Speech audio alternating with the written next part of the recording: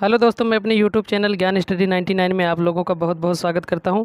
बहुत ही important class आप लोगों के बीच में उपलब्ध करा रहा हूं। तो आप देखेंगे कि आज आप लोगों के लिए क्लास 8 का चैप्टर नंबर 1, जिसमें लेसन का नाम है विज्ञान एवं तकनीक क्षेत्र में नवीनतम प्रगति। ये आप देखेंगे विज्ञान एवं तकनीक के क्षेत्र में नवीनतम प्रगति, यानी विज्ञान और एवं तकनीक के क्षेत्र में जो है क्या नई नई नई प्रगति हुई है। तो हम जो है इसका क्वेश्चन और आंसर आप लोगों को कराएंगे। तो आप लोगों सभी विद्यार्थी से एक ही रिक्वेस्ट है कि आप लोग कापी और पेन लेकर के बैठ जाइए और सभी क्वेश्चन और आंसर को अपने नोटबुक में नोट कर लें। तो चलिए बगैर किसी देरी के हम लोग क्लास की शुरुआत करते हैं। तो पहला क्वेश्चन अपना हम देखेंगे यहाँ पर। तो यहाँ देखेंगे कि निम्नलिखित प्रश्नों में सही विकल्प छाँटकर अपनी अभ्यास पुस्तिका में लिखिए। तो यहाँ देखेंगे कि क्या दिया गया है कि आधुनिक संचार का माध्यम है। यहाँ 4 विकल्प दिए गए हैं। आ इंटरनेट, बा पत्र, सा कबूतर, द इनमें से कोई नहीं। यहाँ आप देख सकते हैं कि आज के समय में ना तो पत्र से जो है संचार किया जा रहा है और ना ही आज के समय में कि कबूतर से ही। पहले के ज़माने में कबूतर से और पत्र के माध्यम से किया जाता था, लेकिन और इनमें से कोई नहीं। इसलिए ये तीनों विकल्प तो ऐसे ही गलत हो जाते हैं। आप देखेंगे कि कबूतर के क्या होता है, नहीं। पत्र से क्या किया जाता है, नहीं किया जाता है। तो इंटरनेट के माध्यम से, यहाँ एक ऑप्शन क्या है, इंटरनेट। तो भाई ये बिल्कुल सही बात है कि इंटरनेट के माध्यम से संचार जो है आधुनिक संचार का एक माध्यम है। नेक्स्ट क्वेश्चन की अगर हम बात करें तो यहाँ क्या है, तो यहाँ देखेंगे भारतीय अंतरिक्ष कार्यक्रम के जनक हैं। देखो, आ है डॉक्टर हार्वर्ड माइकल, आर्यभट्ट, डॉक्टर विक्रम साराभाई, इनमें से कोई नहीं। तो यहाँ जो हमारा सही विकल्प हो जाता है क्या, डॉक्टर विक्रम साराभाई। इसके बाद हमारा नेक्स्ट क्वेश्चन क्या है, सूचना और संचार प्रौद्योगिकी आईसीटी का आरंभ कब हुआ था। वर्ष 2003 में, वर्ष 2004 में, वर्ष 2005 में या वर्ष 2005। दो बार दिया गया है। तो यहाँ सही ऑप्शन हमारा क्या है, सही ऑप्शन हमारा क्या है, तो सही ऑप्शन हमारा है कि 2004 में आईसीटी का आरंभ हुआ था। इसके बाद हमारा नेक्स्ट क्वेश्चन क्या है, देखेंगे ऊर्जा के नवीकरण स्रोत हैं। तो ऊर्जा का नवीकरण स्रोत क्या है भाई, तो ना तो यहाँ पेट्रोल है और ना ही डीजल है, ना ही एलपीजी है। तो हमारा क्या है, तो ये हमारा सौर ऊर्जा है। ये ऊर्जा के नवीकरण स्रोत है। नेक्स्ट क्वेश्चन देखेंगे क्या है हमारा, रिक्त स्थानों की पूर्ति कीजिए। तो इसको भी देख लेते हैं, रिक्त स्थानों की पूर्ति भी कर लिया जाए। तो ये हमारा क्या है कि व्यापार का अर्थ है क्रय और विक्रय। तो यहाँ क्या भरा जाएगा, एक में क्रय भरा जाएगा और दूसरे में विक्रय भरा जाएगा। और ये क्या है, और मेट्रो रेल, बुलेट ट्रेन, ये तीनों भरना था। ये सभी क्या है, मोनो रेल परिवहन के नवीन साधन है। ये सभी क्या है, मेट्रो रेल, बुलेट ट्रेन और मोनो रेल, ये सभी क्या है, परिवहन के जो है नवीन साधन है, यानी नए नए साधन। ये अभी डेवलप होकर के जो है विज्ञान ने इनको लेकर के आया है। इसके बाद क्या है, दूसरा क्वेश्चन हमारे देखें, स्नैपडील, फ्लिपकार्ट आदि ऑनलाइन कंपनियां हैं। बिल्कुल सही बात है भाई, स्नैपडील से आप लोग फ्लिपकार्ट से सामान मंगवाते होंगे। ये सभी क्या है, ऑनलाइन कंपनियां हैं, जिनके माध्यम से हम लोग बैठे बैठे अपनी आवश्यकता अनुसार जो भी वस्तु चाहते हैं तो इनको ऑनलाइन माध्यम से हम लोग मंगा सकते हैं।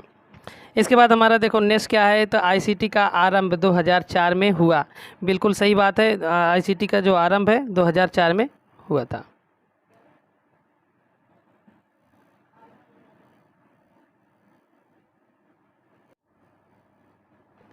तो इसके बाद हमारा क्या है नेक्स्ट, तो यहाँ देखेंगे कि 3G और 4G मोबाइल के साधन है। तो यहाँ बीच में क्या भरा जाएगा, मोबाइल भरा जाएगा, मोबाइल।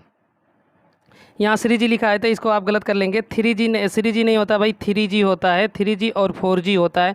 ये क्या है, मोबाइल के जो है ये साधन है, जिनसे इंटरनेट को चलाने में तेज़ गति और धीम गति की ये साधन है।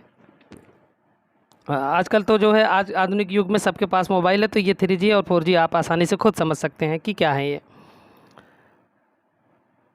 इसके बाद जो है हमारा नेक्स्ट क्वेश्चन आ जाता है क्या, मिलान करने के लिए। यहाँ आप मिलान करके देखेंगे स्तंभ का को स्तंभ खा से मिलाना है, जो चीज़ें सही हैं। तो वीडियो कॉन्फ्रेंसिंग ये क्या है, तो आप ये समझ सकते हैं कि वीडियो कॉन्फ्रेंसिंग जो है ये संचार का एक साधन है। इसको यहाँ संचार से मिलाया जाएगा। और दूसरा क्या है, आईसीटी क्या है, आईसीटी क्या है, शिक्षा के स्तर में सुधार।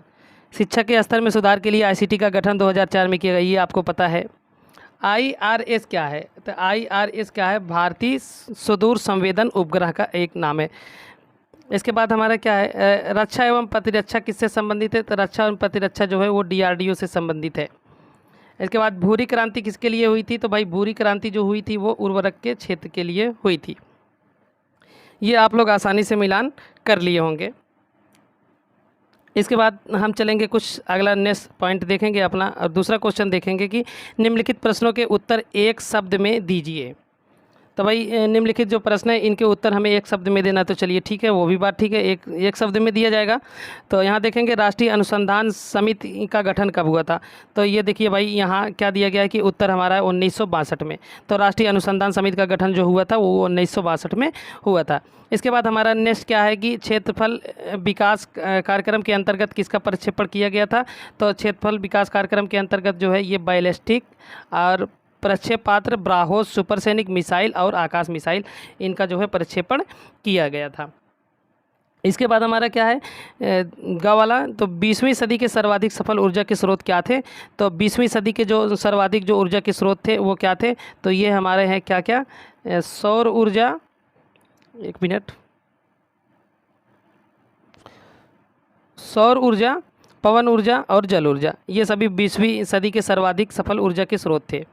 इसके बाद हमारा लास्ट बच जाता है, क्या है ये, व्यापार एवं वाणिज्य की नवीनतम तकनीक कौन सी है? तो व्यापार एवं वाणिज्य की नवीनतम जो तकनीक है वो है ई व्यवसाय और ई कॉमर्स। ये सभी क्या हैं? व्यापार एवं वाणिज्य के नवीनतम स्रोत हैं। अभी आगे इसमें जो है हम लोग लंबी चर्चा करेंगे। अभी आप सिर्फ एक शब्द में देना है, तो एक एक करके देखते जाइए। क्या है, NEJM की शुरुआत कब हुई थी? तो NEJM की शुरुआत जो हुई थी भैया वो कब हुई थी? तो वो थी 18 मई 2006 में। इसके बाद हम देखेंगे अपना नेक्स्ट क्वेश्चन, भूतापी ऊर्जा किस प्रकार की ऊर्जा है? तो भूतापी जो ऊर्जा है वो किस प्रकार की ऊर्जा है? तो पर्यावरणीय क्षति और ग्लोबल वार्मिंग से बचाव के लिए है। इसके बाद नेक्स्ट हमारा क्या है, इसरो का गठन कब हुआ था? तो भाई इसरो का गठन कब हुआ था? तो इसरो का जो गठन हुआ था वह हुआ था 1969 में। इसरो का गठन कब हुआ था? 1969 में हुआ था, ये सभी को पता है। इसरो का मुख्यालय कहाँ है? तो आप जानते हैं कि बेंगलुरु में है। आगे चलेंगे तो बात करेंगे, देखेंगे। अब देखेंगे कुछ लॉन्ग क्वेश्चन, कुछ यहाँ से लॉन्ग क्वेश्चन हमें मिल रहे हैं कि विनिर्माण से आप क्या समझते हैं? सविस्तार समझाइए। भाई सविस्तार का मतलब होता है कि बड़ा सा इसका आंसर देना है, छोटे में नहीं देना है। तो विनिर्माण क्या है ये हम देखेंगे। तो यहाँ से देख सकते हैं कि विनिर्माण क्या है। तो देखिए, कच्चे माल को मूल्यवान उत्पाद में परिवर्तित कर अधिक मात्रा में वस्तुओं का उत्पादन विनिर्माण या वस्तु निर्माण कहते हैं। भाई कच्चे माल को मूल्यवान उत्पाद में परिवर्तित करना या कच्चे माल से जो है मूल्यवान उत्पाद बनाना और अधिक वस्तुओं के उत्पादन को विनिर्माण या वस्तु निर्माण कहते हैं।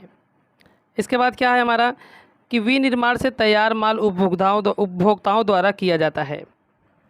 इसके बाद आगे देखेंगे, यह किसी भी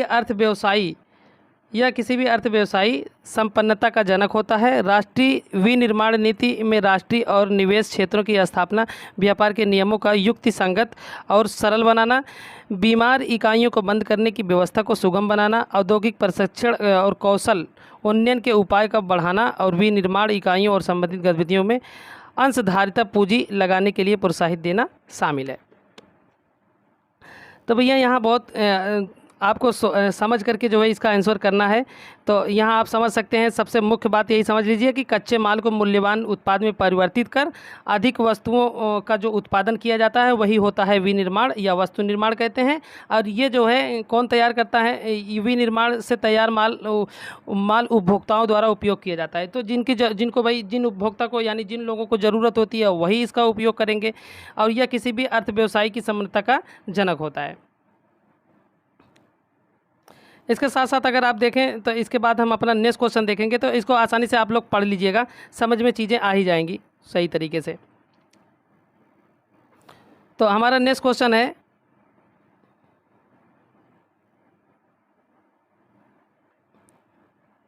एक मिनट,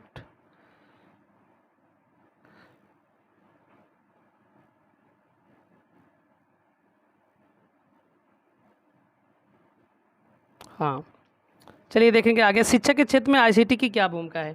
तो भाई शिक्षा के क्षेत्र में आईसीटी की क्या भूमिका है, देखेंगे कि शिक्षा के क्षेत्र में आईसीटी की भूमिका, ये इस तरीके से हेडिंग बना लेंगे।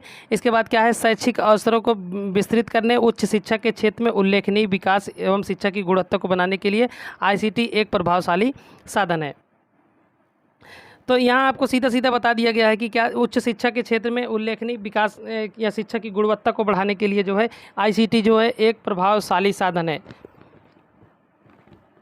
यानी शैक्षिक अवसर पर इसको जो है विस्तृत करने के लिए ये बहुत ही बड़ा कदम है ये आईसीटी। उच्च शिक्षा में बढ़ता नामांकन अनुपात तथा शिक्षा के विस्तार में प्रशिक्षित शिक्षकों की उपलब्धता में आईसीटी की भूमिका पर नेशनल मिशन ऑफ एजुकेशन बल देता है।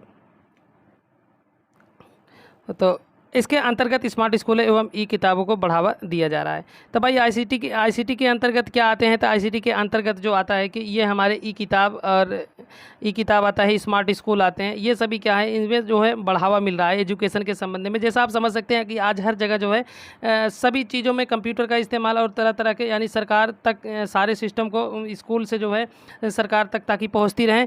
तो इसमें जो है सब मिला जुला कर यही मान लीजिए कि आईसीटी जो है शैक्षिक गुणवत्ता को बढ़ाने के लिए आईसीटी का प्रयोग एक जो है प्रभावशाली एक साधन है। और दूसरी बात जो है इसके अंतर्गत जो है स्मार्ट स्कूल और ई किताब का प्रयोग बखूबी किया जा रहा है। आशा करते हैं कि आप लोग आईसीटी को अच्छे से समझ पाए होंगे।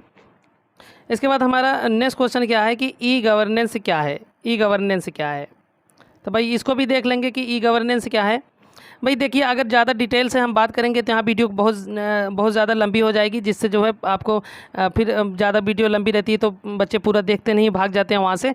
तो इस तरीके से हम लोग जल्दी जल्दी करने की कोशिश करते हैं कि छोटे से छोटे में बनाने की कोशिश करते हैं ताकि आप लोग अच्छे से देख सकें।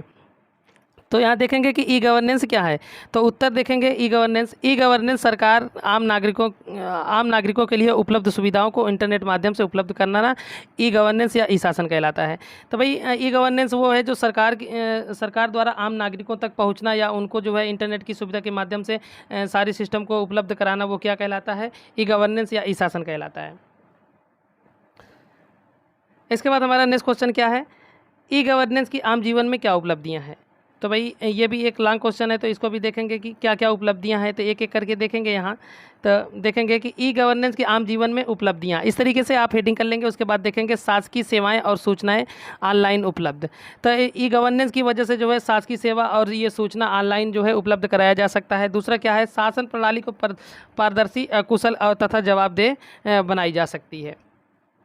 इसके बाद क्या है, विद्यालय में दाखिला, बिल भरना, आय जात निवास प्रमाण पत्र बनवाना, हिंदी में सुविधाएं उपलब्ध। तो ये सभी क्या है, आप देख सकते हैं कि मतलब जो है विद्यालय में दाखिला आप ऑनलाइन कर सकते हैं। इसके बाद बिजली का बिल भी आप आसानी से भर सकते हैं, आय जात निवास प्रमाण पत्र बनवा सकते हैं। हिंदी में सारी सुविधाएँ यहाँ उपलब्ध हैं। ई गवर्नेंस को ही डिजिटल इंडिया चरितार्थ कर रहा है, जिसके अंतर्गत ई हॉस्पिटल की शुरुआत हुई है। तो भाई इस तरीके से आप इंटरनेट के माध्यम से हर काम जो है संभव है। आप हॉस्पिटल वगैरह में ऑनलाइन भी जो है आप अपने मरीज को नंबर पा सकते हैं वहाँ जा कर के। तो ई गवर्नेंस ही क्या है, डिजिटल इंडिया का चरितार्थ यानी कर रहा है। इसके बाद हमारा क्या है, नेक्स्ट पॉइंट क्या है, आम आदमी को सीधे तौर पर लाभान्वित कर सहज, सुलभ और घर तक सरकारी सुविधाओं को उपलब्ध कराने का अथक प्रयास है। मिला जुला कर ई गवर्नेंस क्या है, तो भैया ये आप समझ लीजिए कि आम आदमी को सीधे तौर पर लाभान्वित कर सुलभ तरीके से सरकारी सुविधाओं को उपलब्ध कराना ही ये सबसे बड़ा प्रयास इसका है, ई गवर्नेंस का। इसके बाद आप देखेंगे इसका नेक्स्ट क्वेश्चन देखेंगे कि व्यापार एवं वाणिज्य के क्षेत्र में क्या उपलब्धियां हैं। तो इसका भी आंसर हम लोग करेंगे कि व्यापार एवं वाणिज्य के क्षेत्र में इसका कौन सी उपलब्धियां हैं। तो देखेंगे इंटरनेट के माध्यम से व्यापार का संचालन। तो भाई वाणिज्य के क्षेत्र में भी इसका बहुत बड़ा प्रयोग है। इंटरनेट के माध्यम से क्या होगा, व्यापार का जो संचालन होगा वो बहुत अच्छे तरीके से हो जाता है। खरीदना और बेचना, ग्राहकों के लिए सेवाएं, व्यापार के भागीदारी, साथ सहयोग। तो इंटरनेट का भी बहुत मतलब ई वाणिज्य के क्षेत्र में भी बहुत बड़ा प्रयोग है। खरीदना बेचना ये सभी जो है आज के इंटरनेट के दौर में बहुत आसान हो गया है। आसानी से चीज़ें आप बेच सकते हैं और ख़रीद भी सकते हैं, दोनों काम है। देखिए जिस तरीके से ये फ्लिपकार्ट, स्नैपडील, अमेजन आदि ई कॉमर्स कंपनियां आम जीवन में प्रचलित हैं। ये सभी कंपनियां आप सभी जानते हैं कि ये सभी ऑनलाइन कंपनियां हैं। इनसे अगर आप कोई भी वस्तु मंगाना चाहे तो एकदम आसानी से घर बैठे आप मंगवा सकते हैं। ये थे कुछ इंपॉर्टेंट क्वेश्चन विज्ञान एवं तकनीक क्षेत्र के नवीनतम प्रगति के। तो आशा करते हैं आप लोगों को ये सेशन बहुत पसंद आया होगा। ऐसे ही और इम्पॉर्टेंट वीडियो पाने के लिए आप हमारे चैनल को सब्सक्राइब करें, लाइक करें और अपने साथियों तक ज़्यादा से ज़्यादा शेयर करें, ताकि उन बच्चों तक पहुँचे जो बच्चे जो है इस तरीके की क्लास को पढ़ना चाहते हैं। आप सभी जो है अपने क्लास 8 के साथियों को जो है इसको ज़रूर सेंड करें। साथ साथ जो है आपको इस पे हर तरीके की वीडियो मिल जाएगी और वो भी हर चैप्टर से मिल जाएगी। अभी तो देखिए हमारी शुरुआत है, अभी क्या है कि कुछ दिनों से मैं वीडियो बना नहीं रहा था, लेकिन अब जो है लगातार रेगुलर आपको वीडियो मिल जाया करेगी। लास्ट का जो ये हमारा क्वेश्चन था, प्रोजेक्ट कार्य छात्र स्वयं करें, ये आप लोग स्वयं कर लेंगे। तो चलिए जो है आज का सेशन यहीं पर अंत करते हैं। Thank you, all the best.